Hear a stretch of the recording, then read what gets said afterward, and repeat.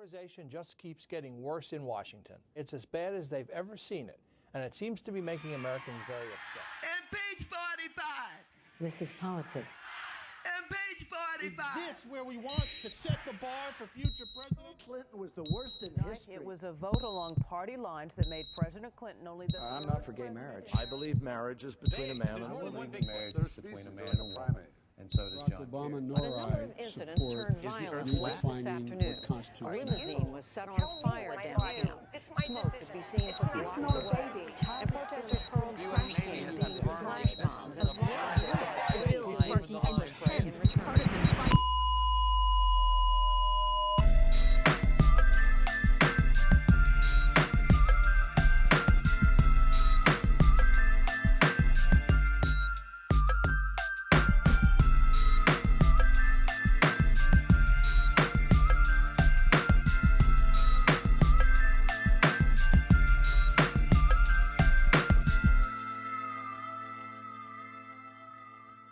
Welcome back, everybody. It's Bob and Weave. Hey, everybody. I am the Bob. I'm the Weave. And this week, this is episode 3. And we want to apologize for the delay in getting episodes 1 and 2 and maybe 3, because we haven't published this one yet either. We've had experienced a lot of technical difficulties. And I know that sounds like an excuse, and it is. But, I mean, everything from the Apple updates not allowing us to use our audio editing software. Essentially, what the big hang-up has been is music. Shane Yoder of PutThemInASong.com, holla Shane, has made music tracks for us, but we want to do like drop-ins, which hopefully you just heard in the intro, and we don't have the software capabilities, or haven't had the software capabilities to cut that stuff together. So that's why there's been a delay, but we're glad you're here. If you're here, that means you've made it through episode 1 and 2 of us fumbling our way through our new project. Yes, you did. And this week we are going to get into our first, what I think is going to be pretty controversial topic. I mean, the last week we covered the Amber Geiger Botham Jean case. It's controversial, but there's not, I think most people can see that there's two sides to that. Mm-hmm. This one is super controversial. There are definitely two sides to it. And people in both camps feel really, really strongly about their opinion on it. That's true. This is going to be a weird topic, but I'm happy to talk. But I'm happy to tackle it. Yeah, me too. And so, for you guys to understand, our intention is to follow this up with. So if you happen to know somebody, that would be good, especially if they live somewhere near Southwest Michigan. It would be great, so we can have them in person. But I would like to do 2 episodes to follow this up whenever we can. I've already reached out to some people. But our topic today is transgender athletes, mostly focusing on them playing in women's sports. And so Zach and I are going to cover the issue from the middle here. We're going to talk about both sides. My feeling on it is it's a super complex issue, and I'm not in a position to really fall onto one side or the other. But I want to hear from a transgender athlete, and I want to hear from a female athlete that's been affected by transgender athletes in their sport. So with that being said, let's go ahead and get started into our first take on this, which is going to be just kind of our analysis of what the situation is.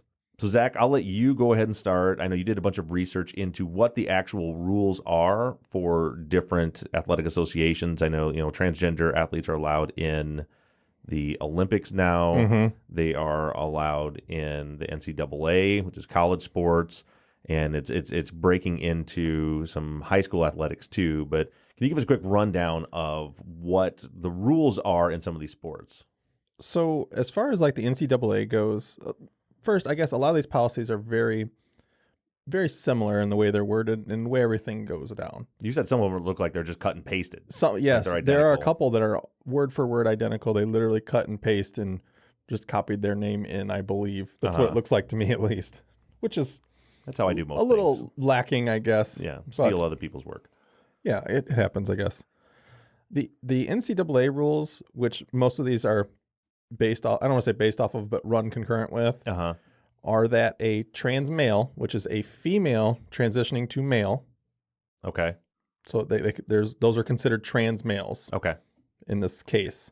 I just want to hold you up right there just for 1 second and point out, if Zach or I get any of these terms wrong throughout the course of this episode, please don't take any offense to that or think there's any kind of malicious intent with that. This is just, it's not something that we personally deal with, and so we're trying to understand. So just please bear with us if we're getting some of that terminology incorrect, because I get confused a lot with, if I'm talking about a trans, so it would be a trans female is a male to female, a male who has transitioned to female into a female. Okay, so if we get some of that wrong, or we use a him instead of a her, it's no offense intended. Speaking mostly for myself, because I have some friends that are directly affected by this, and I confuse the terms all the time. So anyway, it's a tough one. Yeah, I'll let you continue. I just wanted to put that out there.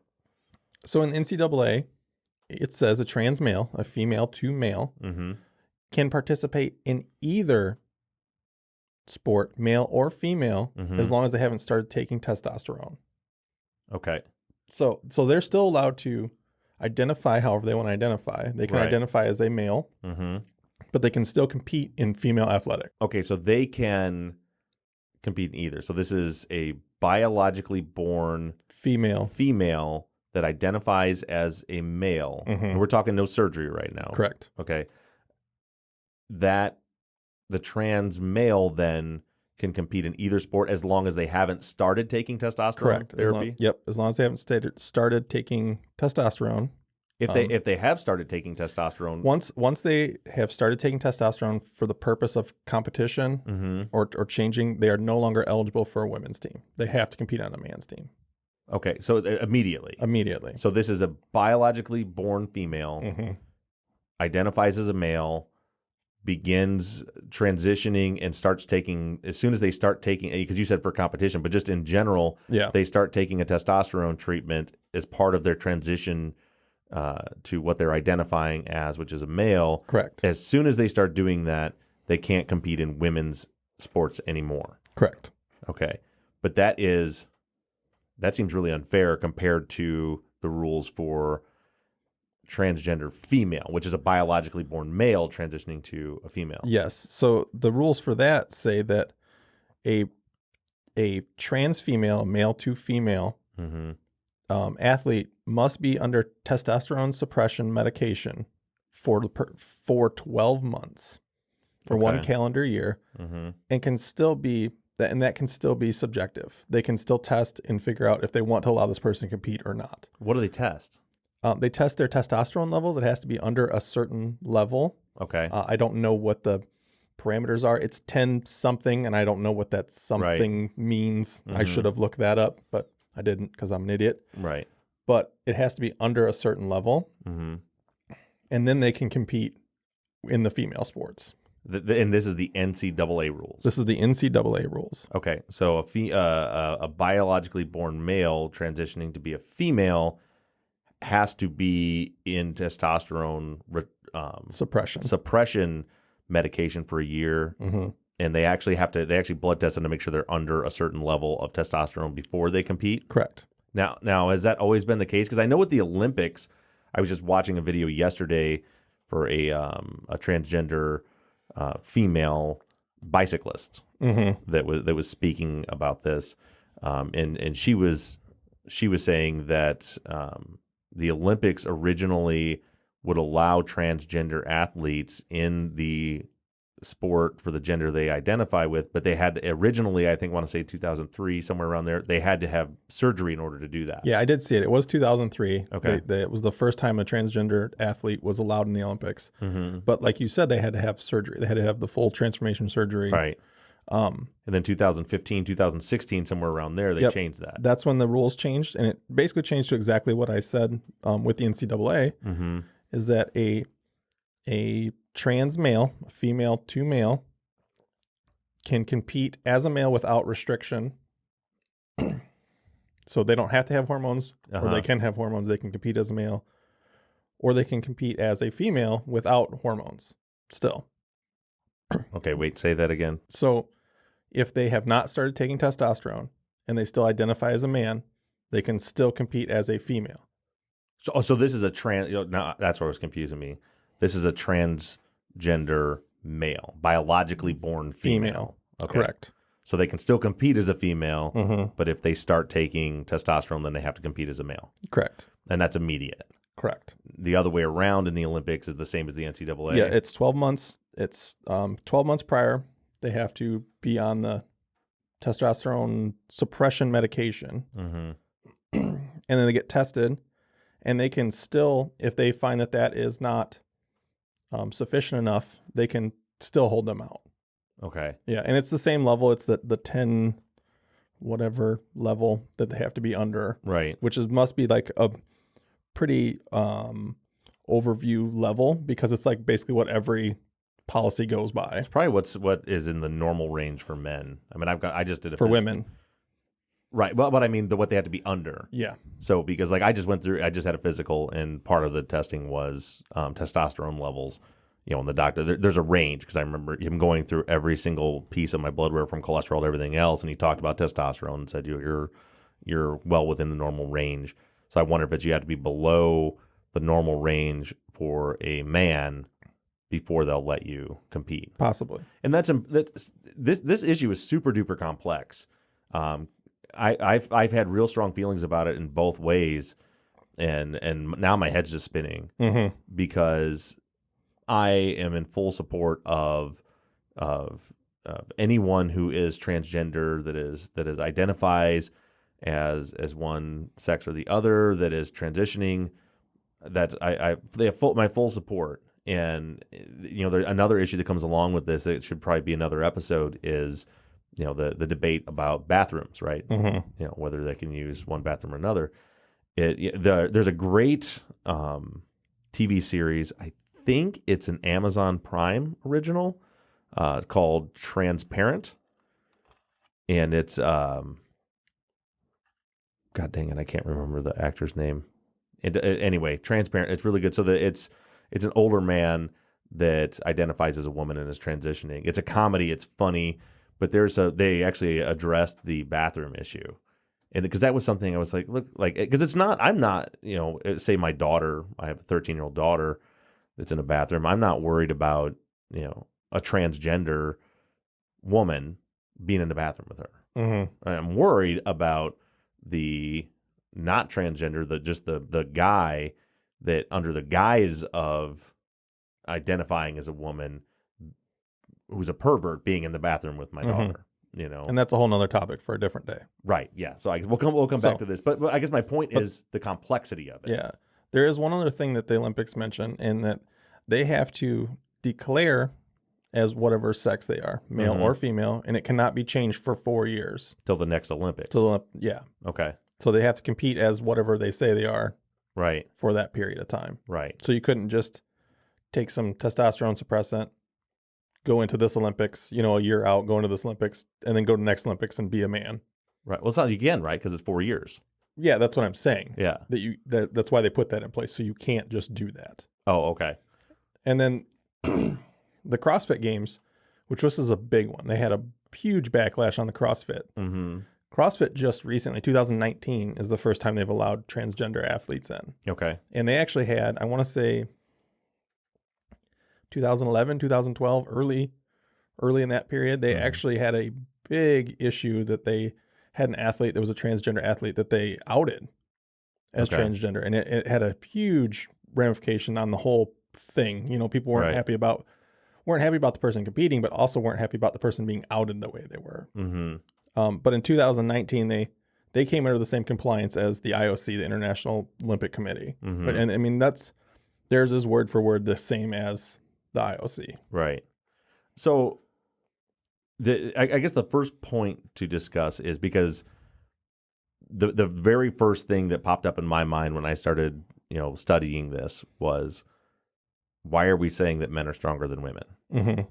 Because that's hard to, and I'll say, I think now, I did. I mean, I guess I knew that, but you know, someone who believes in equal rights for women and being as far from sexist as possible, you know, my daughter is an athlete. My two sons are not, but my stepdaughter is a hell of an athlete, and she would probably whoop the shit out of her older brother. You know, so you know, it's I don't want to tell her you're a woman, you're weaker, but the thing is biologically, and it's mostly due to testosterone, which builds more lean muscle, whereas estrogen tends to store more fat, you know, in general. So instead of having a discussion about whether we think women athletes are weaker than men athletes and those things, I just want to go to straight statistics, and you can decide for yourself. I have, I just looked up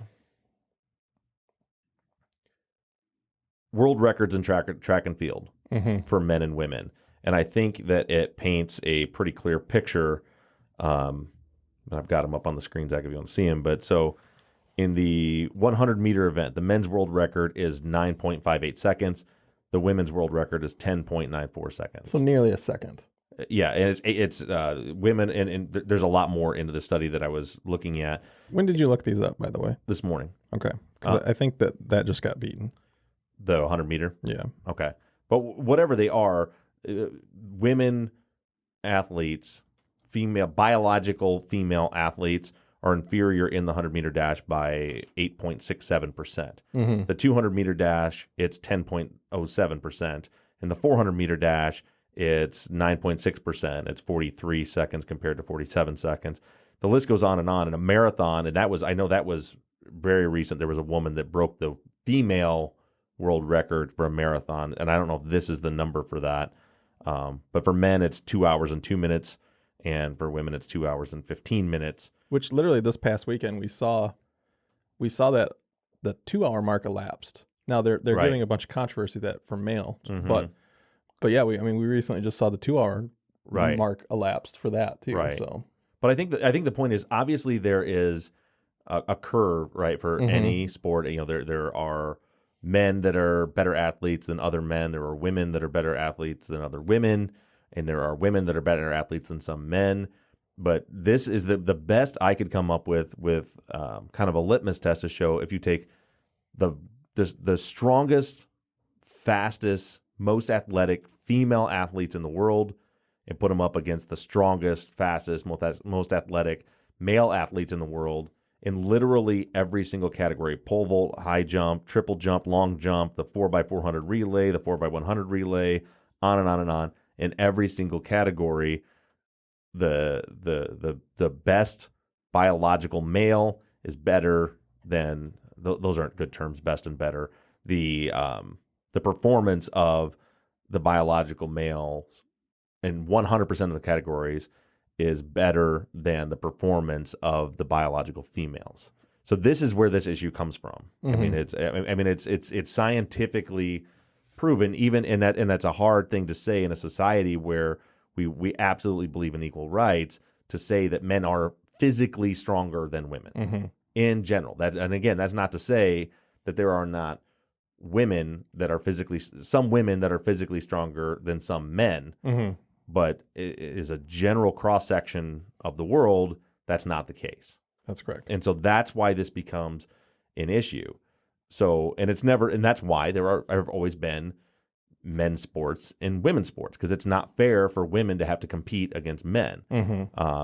You know, if you look at some of the sports like fighting, you know, UFC or boxing, you know, one of the best female fighters out there is Ronda Rousey. Ronda Rousey. Yeah, is her name. She's a beast. And I think she got beat now, but I don't follow that sport. But I mean, she was just one of the top female boxer. She was MMA. Yeah, she was in MMA. UFC. Yeah, she in the UFC, one of the top females out there. Strong, fast, powerful woman. But if you put her or whoever the top female athlete in that sport is up against, say, Conor McGregor, they would get destroyed. Yeah, I think most people would agree they would get destroyed, and it's just a biological thing. And so where we run into this issue is with the controversy with transgender athletes is you have biological males that have a biological advantage over biological females in athletics. But then if we get out of biology and you have, you know, biological born men who identify as a woman, or biological women who identify as a male, they are, in my opinion, should be afforded the right to do that without any backlash from it, without any prejudice from that. I think it's great. I think it's amazing that our country has opened that door, and not with open arms, because there are certain others, like anything else. There's factions on both sides of that. To me, I think that's great. But now we have two different issues. I can say I 100% support a man transitioning into a woman because that's how they identify. They have my full support. But I can also say I 100% support that biological males and biological females have different sports, so they don't have to compete against each other. Yeah, I agree. But now these two worlds have crashed together. And there are still two sides of it. I don't know the answer to it. I mean, do you have feelings one way or the other on it? My feelings are very back and forth. Being that I was an athlete growing up and I still compete at a very high level shooting, my biggest thing that I think about is competitive equity. Now, what does that mean? That's a weird term, but competitive equity is just meaning that there's a level playing field for every person involved. Every person that's going to go through whatever it is has the same opportunity as the next. Okay. So if it's equipment, if it's high school sports that they're not on something, whatever it is, it's the fact that there is a level playing field across the board for every individual playing. If you're running track and field and you go to a school whose track is slightly smaller, they have a competitive advantage.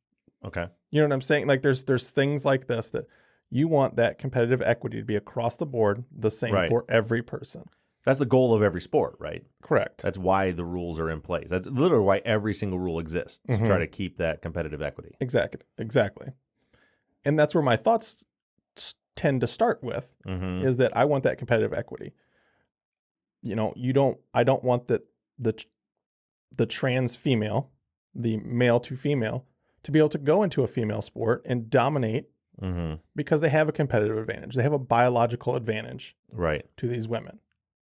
It's in my mind is just completely unfair.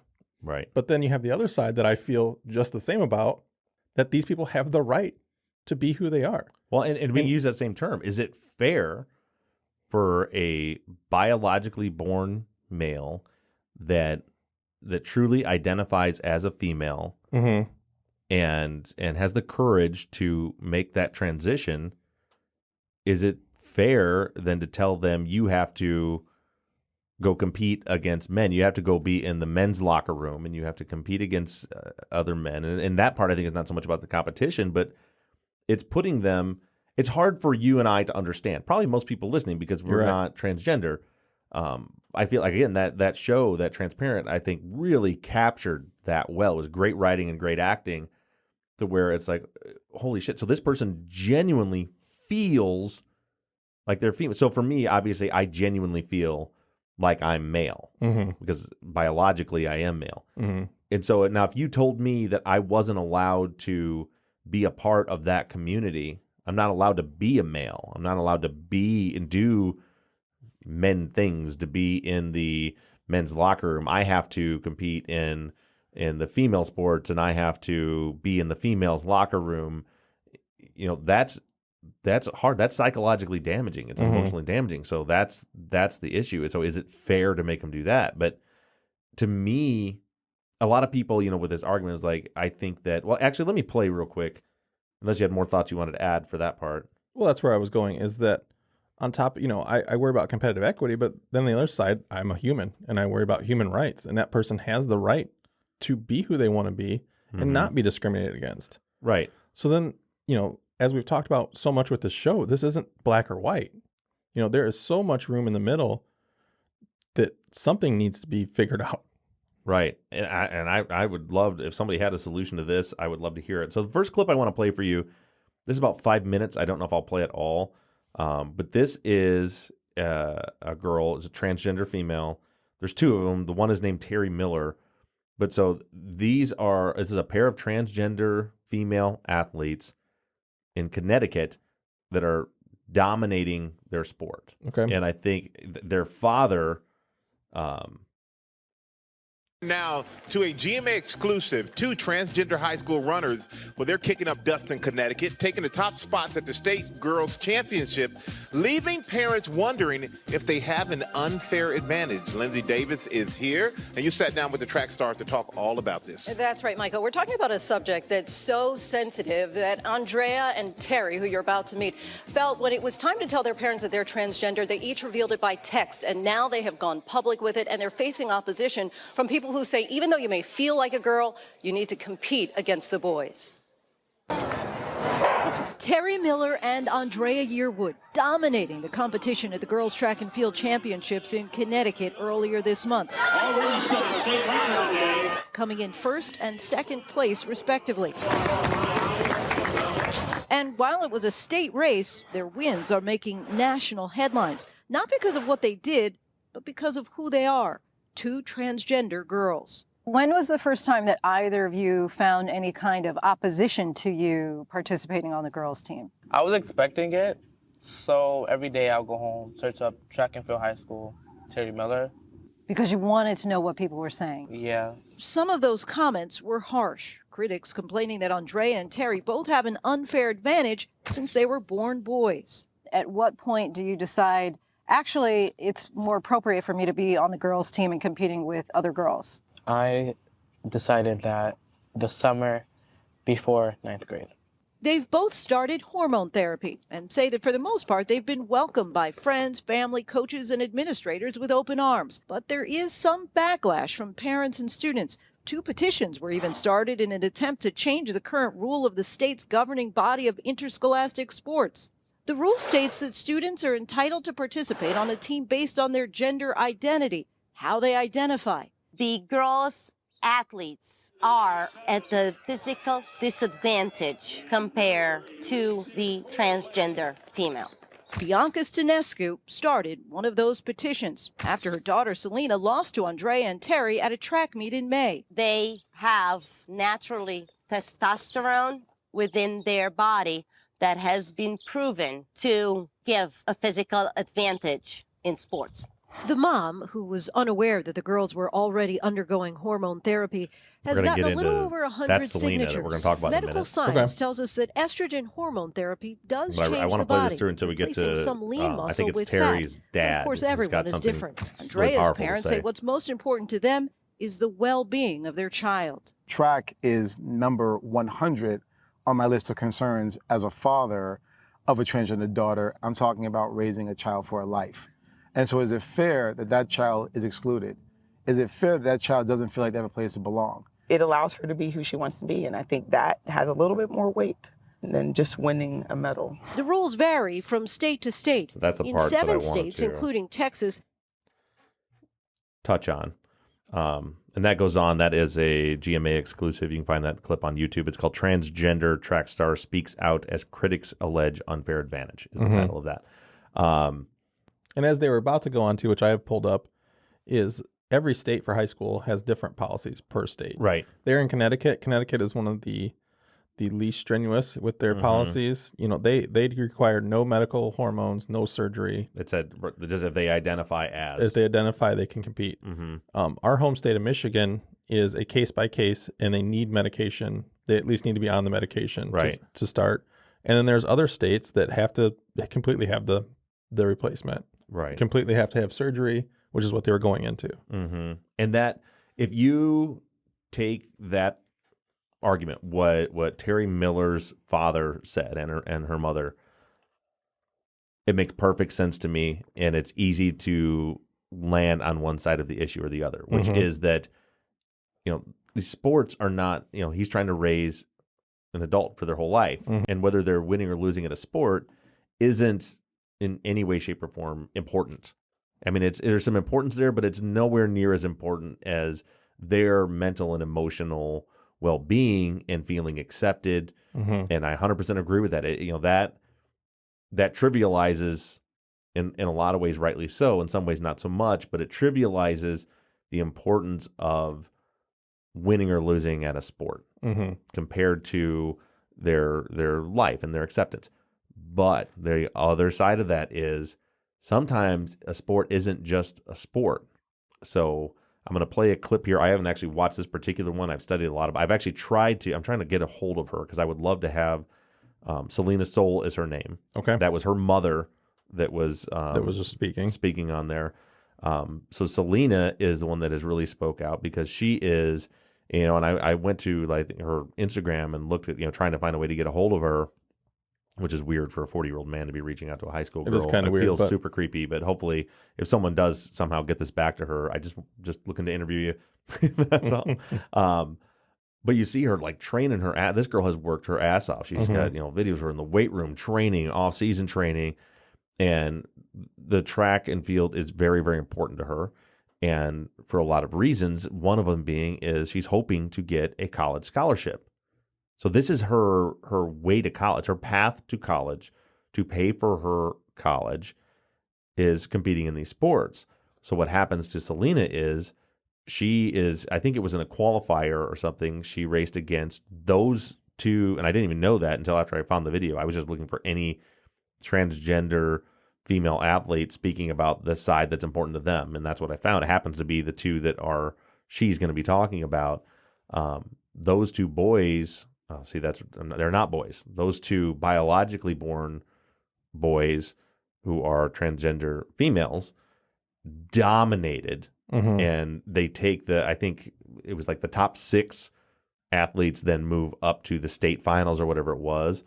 Well, this Selena ends up finishing 7th, and spots 1 and 2 went to these two transgender female athletes. And so what's happened to her, it's not just a trivialized thing about sports for her. This is her path, and I think she's a junior. I mean, so she's still got another year to go. Is her path to scholarship, her path to college, because she got bumped out because 2 biologically born male athletes took the top 2 spots. She's done. She cannot continue competing, which means college scouts don't get to see her. Her season's over. She's done, and she doesn't get to compete at that higher level. She doesn't have a chance at the state championship. She doesn't have a chance to be viewed by scouts and get offered. She'll never get a scholarship because she never made it that far. So that's why it's a bigger issue to her. I'm going to let you guys hear. I think this is about 3 minutes. Here's your lineup. Girls, 100-meter final lane. The first race that I competed against a transgender athlete was during my freshman year. And once the gun went off, the 2 transgender athletes took off flying and left all of us girls in the dust. I knew right then and there that some girls would be missing out on great opportunities to succeed, and that women could be completely eradicated from their own sports. The state of Connecticut's Athletic Association now allows biological males to compete in women's sports, and that has had the effect of displacing girls like Selena from podium spots and from advancing to the next level of competition. It really has created an unlevel playing field for women's sports in Connecticut. I've lost opportunities to compete at world-class tracks. I've lost opportunities to compete in front of college coaches and gain attention. And I've lost opportunities to win titles. I know that I'm not the only girl who has missed out on opportunities. There are countless other girls who have lost meets and titles and their drive to compete as hard as they can because they know that they will never be good enough to compete against these athletes.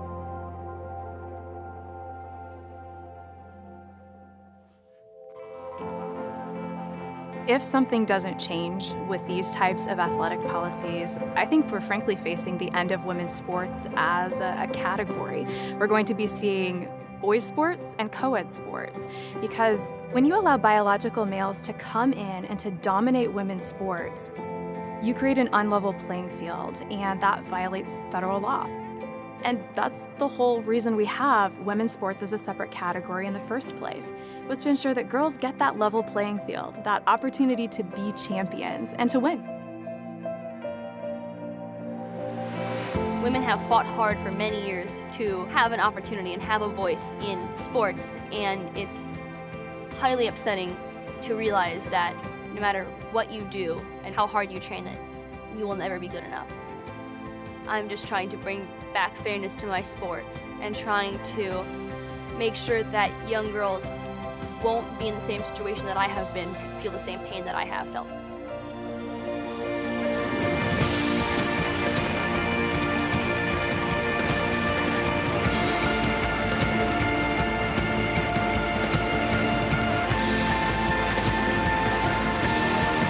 Awful dramatic.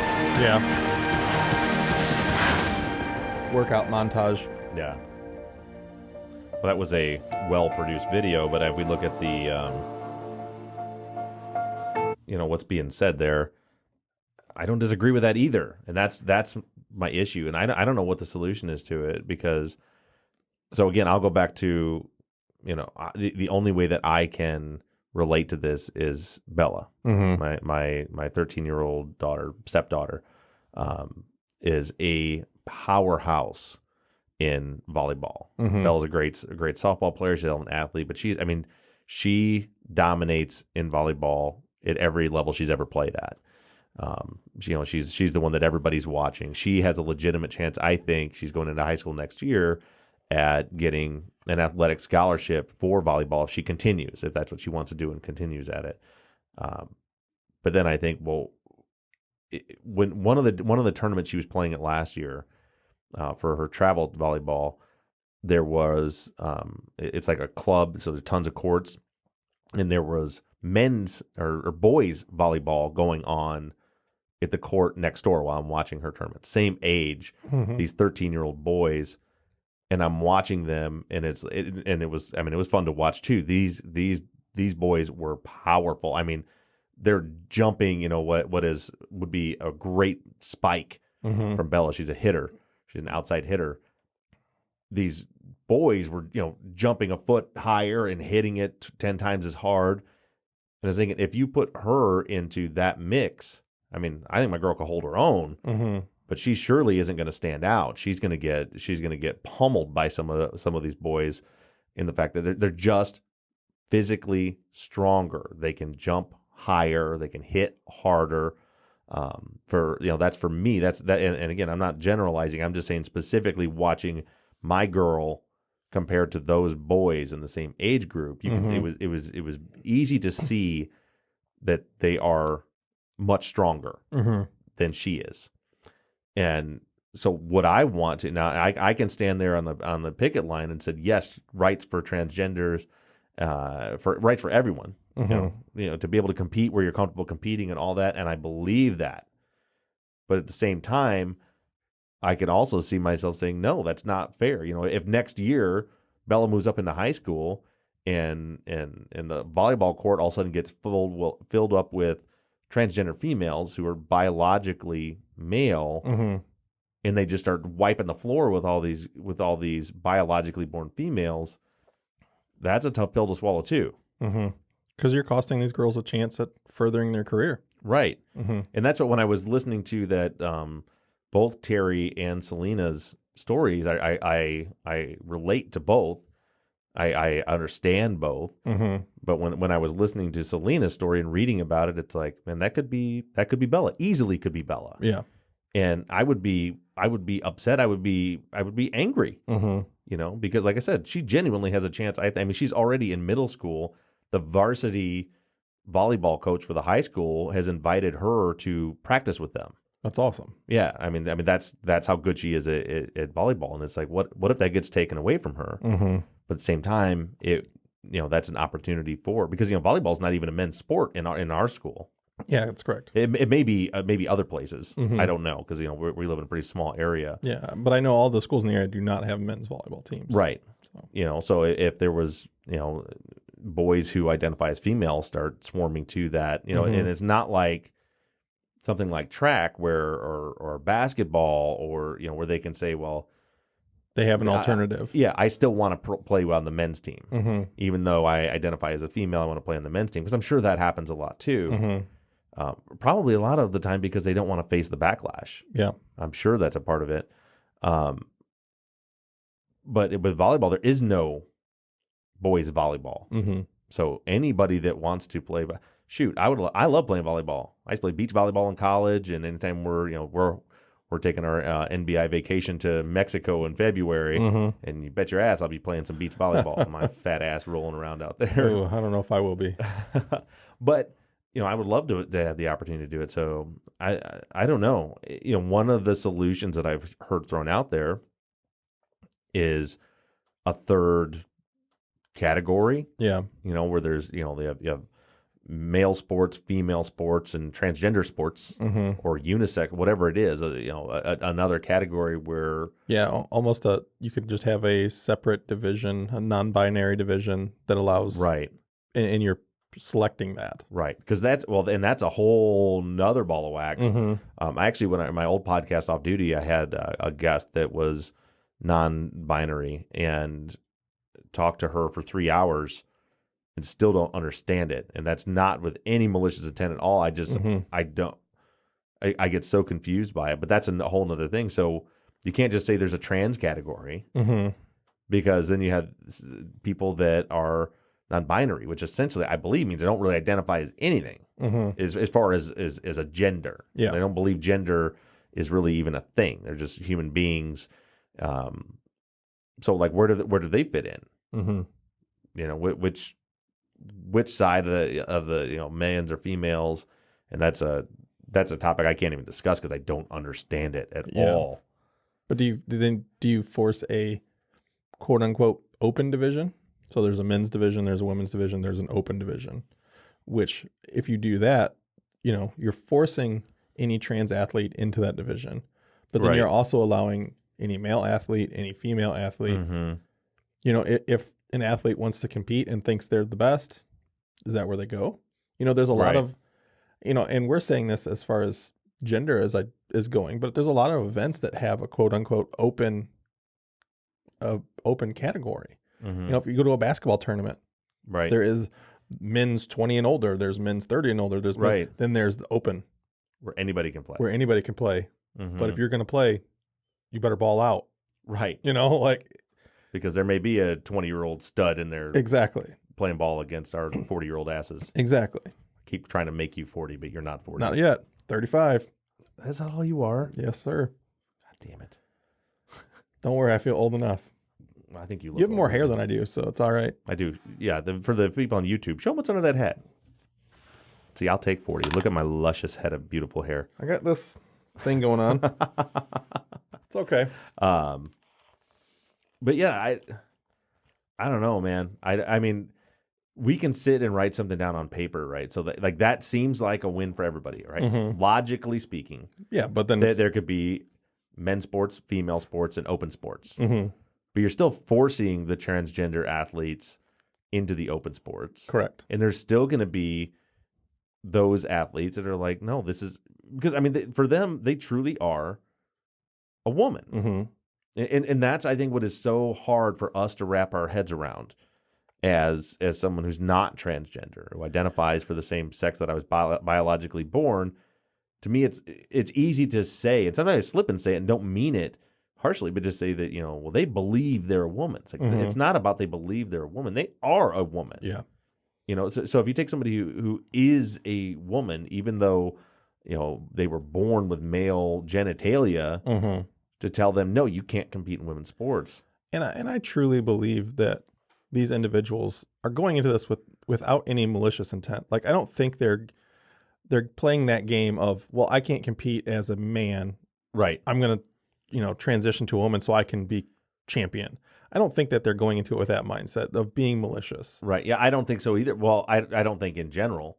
But also, how do you close that door? Because the door is open to that. Because there is outliers. There's always going to be outliers that do the wrong thing. Right. What was that? There was an old movie like in the 90s that had to do with something like that.